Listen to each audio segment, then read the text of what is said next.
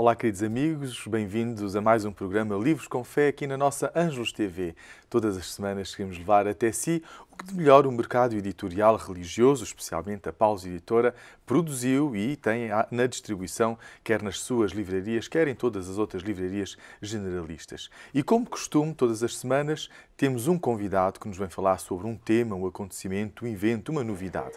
Connosco neste programa teremos Cláudia Sebastião, da redação da revista Família Cristã, que nos vem apresentar a edição de novembro da revista Família Cristã. Estou certo que não vai querer perder esta conversa já a seguir. E levamos até si este nosso programa a partir da Paulus Livraria em Fátima, onde costumamos gravar o nosso programa Livros com Fé. A livraria Paulus em Fátima está mesmo por trás do santuário. Se não conhece, pois fica desde já o convite a visitar-nos. Olá, viva! Connosco temos Cláudia Sebastião, jornalista da revista Família Cristã, que nos vem falar da edição de novembro da revista Família Cristã. Uma edição, olá Cláudia, olá, que tem como capa, não podia não ser, o Sínodo dos Bispos sobre os jovens e o discernimento vocacional. Sim, esse é o nosso tema de capa. Nós tivemos o Ricardo Perna, jornalista da Família Cristã, esteve a acompanhar as últimas semanas de trabalhos do Sínodo dos Bispos. Mesmo lá no Vaticano. Mesmo lá no Vaticano. Portanto, ele traz-nos o resumo não só do documento final, que foi aprovado no Sínodo dos Bispos sobre os jovens, mas também o ambiente que se viveu lá naqueles dias.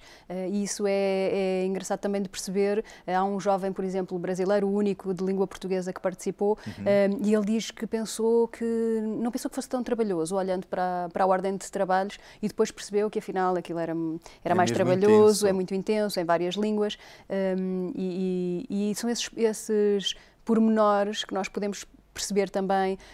O cardeal Tagle, por exemplo, que se emocionou ao dizer que os jovens também ensinaram muito os bispos naquele tempo, durante aquelas semanas em que decorreu o Sínodo dos Bispos. E depois, claro, obviamente, as conclusões do documento, com a vontade de haver uma conversão da Igreja e um rejuvenescimento, dando mais papel aos jovens. E o Papa Francisco acompanhou muito de perto o Sínodo, porque esteve lá com muita frequência. Sim, ele foi estando algumas vezes. Claro, também foi ele que esteve na missa de encerramento, e foi estando, sim, com os jovens e algumas iniciativas até paralelas ao Sínodo dos Bispos. Sim. Portanto, a Família Cristã fala de todos esses ambientes, todas essas atividades que aconteceram por lá pelo Vaticano. Sim, o Ricardo esteve lá, também vale a pena dizer isto, o Ricardo esteve lá com o Otávio Carmo, um jornalista da Agência Eclésia, numa parceria que juntou vários órgãos de comunicação, e portanto foi possível eles acompanharem e o Ricardo contar-nos na Família Cristã todo o ambiente, como é que foi o Sínodo e o que é que se lá, o que é que se espera agora para os próximos tempos na Igreja. Na Igreja. Há assim algum chavão, há assim algum slogan que o Ricardo tenha trazido das conclusões do Sínodo? Sobretudo a Igreja a querer integrar e responsabilizar os jovens, tê-los em lugar de destaque e envolvê-los em lugares de responsabilidade, mais empenhados, digamos assim, assumindo também o papel que eles já têm nas redes sociais, por exemplo, muito à frente do clero e dos pastores, mas querendo dar-lhes lugares de destaque mesmo em lugares das conferências episcopais. Portanto, essa é uma das novidades que sai deste Sínodo. Sim, uma das novidades. E querer fazer caminho com os jovens, para os jovens e com os jovens. Era uma das ideias do Papa para este Sínodo e é o que vem de lá. Outra das ideias é continuar a discussão do Sínodo nas igrejas locais, ou seja, não há muitas medidas concretas, não há. A ideia é depois, nas igrejas locais, se ir discutindo. Porque uma das coisas que acontece nos sínodos, quase todos, e neste também, é que a realidade da Igreja Católica Europeia ou Portuguesa é muito diferente da Igreja Católica em África, por exemplo, ou na Ásia. Os problemas são diferentes. Claro. E, portanto, essa reflexão depois nas igrejas locais será importante para perceber também os caminhos e os rumos que a Igreja deve seguir. Então, por isso, o título de capa da Família Cristã deste mesmo é Sínodo 2018, vai mudar o rosto da Igreja? Ponto de interrogação. Exato, e o ponto de interrogação é porque temos de esperar para ver que mudanças é que na prática vão existir. Há abertura para isso, mesmo os bispos portugueses, o Dom Joaquim Mendes, por exemplo, dizia isso, que há abertura para introduzir alterações e para integrar os jovens a lugares, chamá-los a ocuparem lugares de destaque, mas depende do que é que vai acontecer, não é? Temos que também acompanhar. E de cada realidade, claro. Sim. Depois, na capa temos 2 destaques, um sobre sociedade, outro sobre ser família. Então, na sociedade há um programa que se chama Protege o Teu Coração, que está a celebrar uma efeméride. Sim, 25 anos. Este programa nasceu na Colômbia, os fundadores são um casal, têm 7 filhos, e tem uma história engraçada, porque eles... E tem a ver com saúde? Protege o Teu Coração? Não é nada ligado à cardiologia. Não. É Protege o Teu Coração a nível sentimental e de sexualidade. Resumindo o programa, o que é que pretende? Pretende educar os valores para que as pessoas e os jovens possam viver uma sexualidade inteligente. Eles acreditam, defendem que a sexualidade não é só o ato sexual, envolve toda a pessoa, e portanto eles criaram um programa que vê a pessoa como uma estrela. Eles até têm esse símbolo de uma estrela com várias pontas, a emocional, a racional, a transcendente, as várias pontas, que são vários lados, vários aspectos que compõem a pessoa e que têm de ser desenvolvidos para se viver harmoniosamente. Isto faz muito sentido, não é? Claro. E, portanto, a ideia é, eles trabalham isto tudo, trabalham as emoções, não é uma coisa sobre sexualidade pura e dura, entre aspas, como nós ouvimos. Não é? Ou só genitalidade. Sim, exatamente. Não é isso. Falam sobre as emoções, e quando se fala sobre as emoções não é só sobre o amor e a atração. Não, é sobre como gerir a raiva, o que fazer quando estou frustrado. É um pouco isto. Já existe em Portugal? Sim, desde 2009. Portanto, nós tivemos a oportunidade de falar com os fundadores que estiveram em Portugal para fazer formações, para dar formações a formadores. Neste momento há em Portugal 15 a 20 formadores, há equipas em Viseu e em Lisboa, mas deslocam-se a vários sítios do país e dão formações a grupos de jovens, em paróquias, escoteiros, e vão dando formações, sim. Que bela iniciativa. E depois, o outro destaque é o Ser Família. Falam-nos sobre voluntariado online. O voluntariado, pensei que fosse só em alguma associação, em alguma fundação, e que exigisse presença, não é? Para poder ir ao encontro, não sei, dos sem-abrigo ou até dos mais idosos. Mas há um voluntariado online, pelos vistos. Sim, a nossa colunista, colaboradora, Conceição Gigante, fala-nos de um tipo de voluntariado que se pode fazer pela internet. E ela sugere várias coisas. Quem tenha um computador, uma ligação à internet e tenha algumas capacidades, podem ser vários tipos de capacidades, pode pô-las a render a favor dos outros através da internet. Ela sugere, por exemplo, um professor de línguas que pode dar cursos pela internet, ou explicações a crianças que tenham necessidade, pelo Skype ou por outras plataformas. Alguém que tenha capacidades para gerir advogado, projetos, ou um advogado, pode fazê-lo pela internet. E ela sugere também sites onde se pode ter mais informações sobre isso. Quer dizer que isto já está organizado? Sim. Há uma organização já inerente ao voluntariado online? Há vários sites onde se podem ir buscar informações para saber como é que isto funciona e como é que se pode fazer, o que é interessante, porque isso uma pessoa que não tenha muita disponibilidade de se deslocar a algum sítio, até pode fazer isto no horário que lhe for mais conveniente, nos dias que lhe for mais conveniente, e é interessante também usar a internet para estas coisas. Olha que bem. A nível nacional, aborda-se um tema que já se tinha tratado também na edição anterior, que tem a ver com a prostituição. E agora pergunta-se, neste artigo, se a prostituição é trabalho ou não. Sim, que critérios usar aqui? Sim, nós no outro artigo fazia-se uma abordagem mais geral e explicava-se como é que isto começou. Isto é uma questão que vem sendo levantada de vez em quando, surge de vez em quando. E ultimamente tem estado outra vez na discussão. E a questão aqui é saber, a Rita Bruno foi quem fez a reportagem, foi saber quais são as posições de quem trabalha com as mulheres que se prostituem na rua. Dizemos mulheres porque elas são a maioria. E foi ouvir a responsável do Ninho, que é uma organização ligada à Igreja Católica e que trabalha com prostitutas, e também o CAOMIO, que está ligado, é um centro de apoio social, que está ligado às Irmãs Oblatas. E, portanto, elas o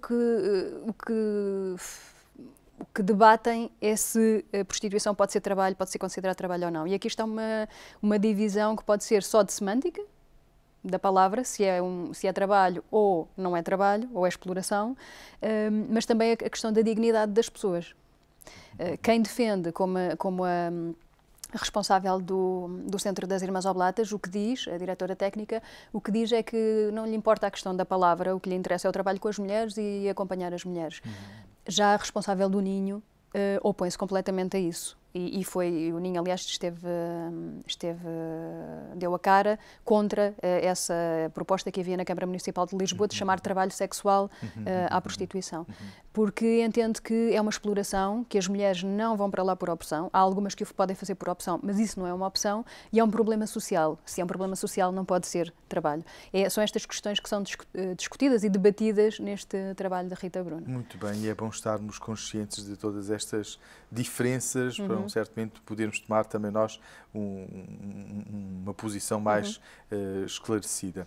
Depois, a nível de reportagem, e esta é uma reportagem tua, falas sobre o Dia Mundial em Memória das Vítimas da Estrada. Sim, que se comemora em novembro, e fui conhecer pessoas que sofreram traumatismos crânioencefálicos. Ora, eu quando comecei a fazer isto pensei, bem, são pessoas que partiram a cabeça, é aquela ideia geral que temos. E percebi, e nem sabia muito bem o que é que isto era.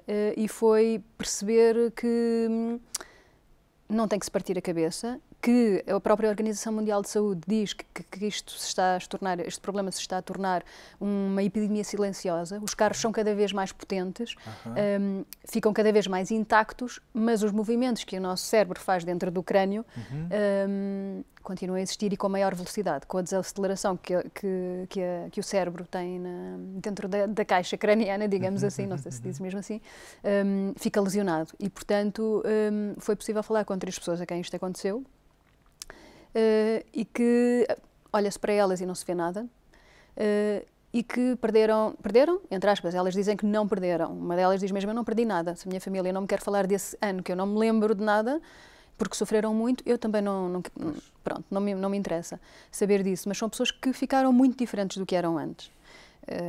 E a diretora executiva da Novamente, que é uma associação que trabalha com estas pessoas, diz que o pior é o traumatismo, mas depois também não saberem nada, porque ela diz, as pessoas muitas vezes, os familiares, recebem um telefonema a dizer o seu filho, o seu marido está no hospital, não sabemos se vai sobreviver.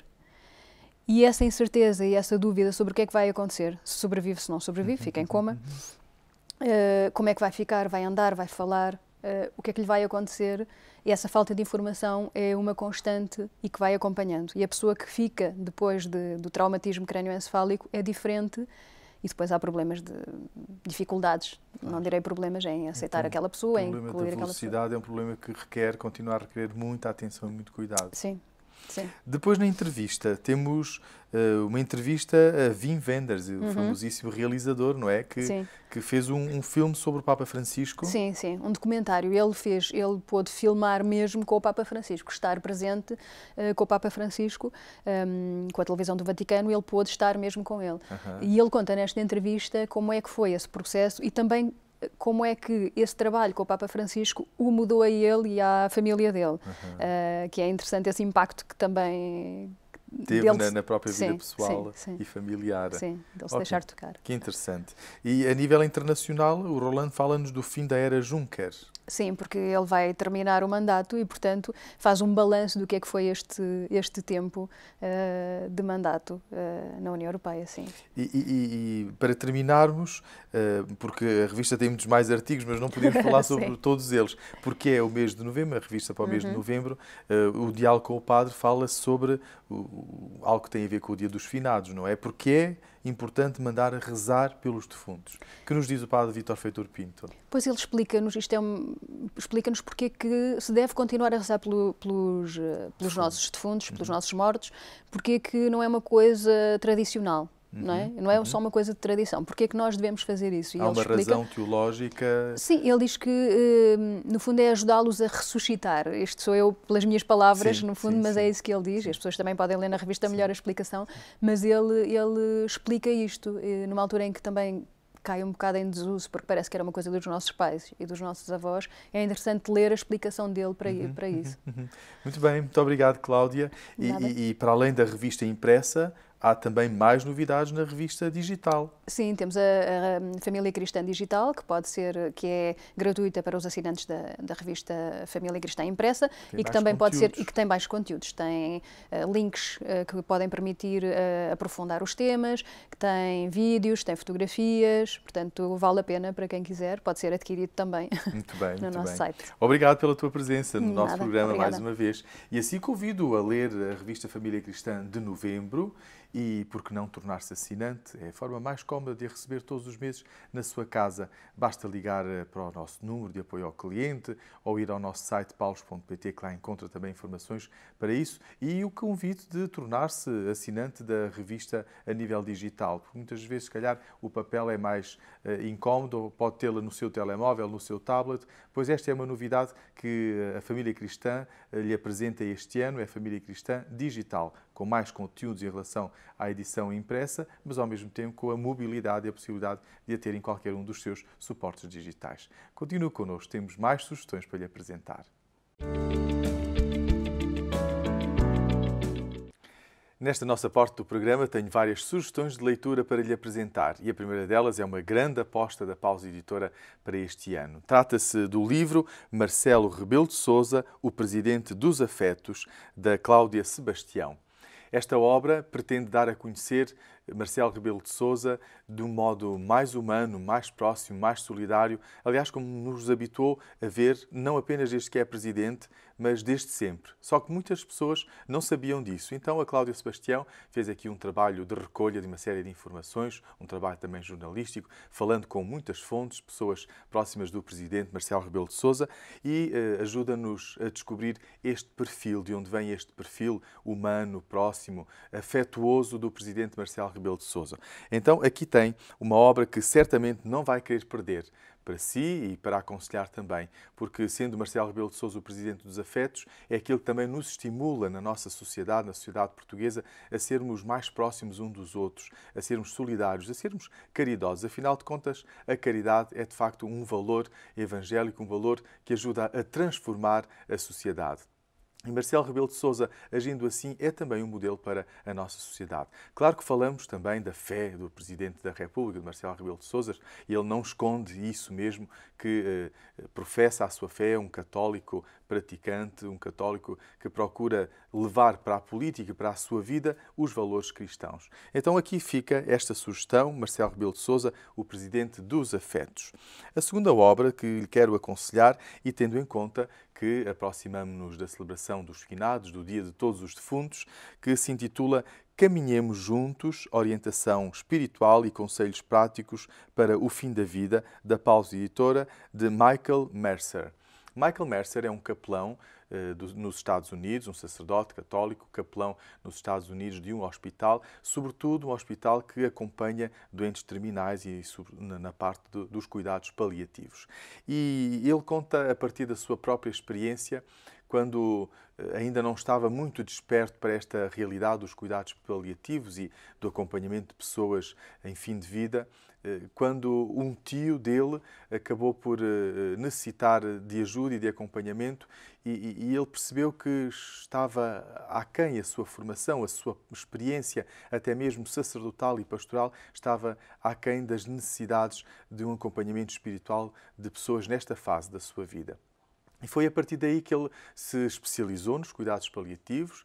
O bispo convidou-o a ser capelão num hospital nos Estados Unidos e, a partir da sua própria experiência, ele teceu este livro que agora a Paulos traz para Portugal, um livro que quer ajudar em qualquer etapa da vida, porque, de facto, a morte prepara-se em qualquer ocasião da nossa vida, para podermos, aos poucos e poucos, tomando consciência da beleza da nossa vida, da vocação da nossa vida e do que Deus espera de nós. Então, neste livro podem encontrar isso mesmo, percorrer este caminho juntos. Juntos entre nós e com Deus, pois é juntos que peregrinamos para a nossa pátria celeste.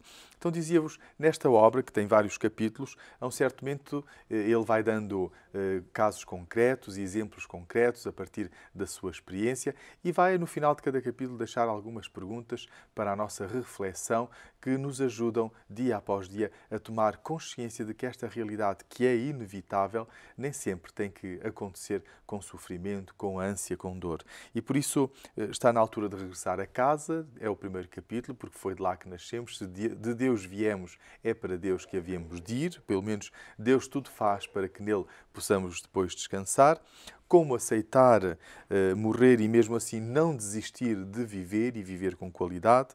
Como posso sentir a presença de Deus na fase final da vida, quando muitas das vezes pomos em questão tudo e todos porque as coisas não correm, não acontecem como nós esperávamos. Ou como posso tornar a minha morte uma dádiva para os outros, tendo por base o sofrimento redentor de Cristo e a morte de Cristo que nos redimiu para a vida eterna. Como posso eu também fazer isso? Então, queridos irmãos e irmãs, temos aqui uma obra preciosa. É um livro que se lê muito bem, é um livro destinado a todas as pessoas, não apenas aos agentes da Pastoral da Saúde, mas a todos aqueles que desejam estar preparados e ajudar a preparar quem se aproxima da fase final da sua vida. O último livro que desejo aconselhar-vos neste nosso programa é Do Telemóvel para o Mundo, Pais e Adolescentes no Tempo da Internet, de Daniel Sampaio, da editora Caminho. Uma obra muito bela, aliás, basta falar do Daniel Sampaio, grande especialista em psiquiatria e que trouxe muitas novidades para o sistema de psiquiatria nacional a nível em Portugal, um autor com mais de 27 livros publicados e que desta vez quis abordar esta questão, a questão do telemóvel para o mundo de hoje. E por falar do telemóvel, fala-se das novas tecnologias e os desafios que isto coloca à educação, sobretudo nos pais, em casa, nos tempos livres, que aproximação e como lidar com o telemóvel e os meios digitais para que as crianças possam saber integrar estes meios que já se tornaram parte das nossas vidas, mas que não sejam uma oposição e que não sejam instrumentos ou meios que dificultam ou desvirtuem a educação das crianças. Aqui estão 3 sugestões de leitura, espero que alguma lhe tenha agradado, seja útil para si ou até mesmo para recomendar ou oferecer a outras pessoas. Queridos amigos, Livros com Fé desta semana chegou ao fim, mas prometemos voltar na próxima semana para lhe trazer mais novidades, mais sugestões de leitura e aconselhar algumas obras de referência que pensamos que lhe possam ser muito úteis. Mas até lá desejo que possa visitar uma das nossas livrarias, aqui em Fátima ou em Lisboa, no Fundão, em Ponta Delgada, agora também no Porto e em Benguela, se estiver por Angola. Visite-nos nas nossas livrarias, pois temos não só livros, mas também alfaias litúrgicas e artigos religiosos que certamente lhe podem ser úteis para a pastoral. Desejo-lhe uma boa semana, uma semana abençoada. Não perca o próximo programa em que lhe iremos mostrar como é que aconteceu, como correu a bênção da nova livraria que a Paulos tem juntamente com a Diocese do Porto no Porto. Telos Paulos é a nova livraria e a nova parceria que temos, mas também como correu a apresentação da obra mais recente do Bispo do Porto, Dom Manuel Linda, que tens a ver connosco, editado pela Paulos Editora. Já no próximo programa, não perca. Até lá, desejo-lhe uma semana abençoada e boas leituras, porque um bom livro é sempre uma boa companhia.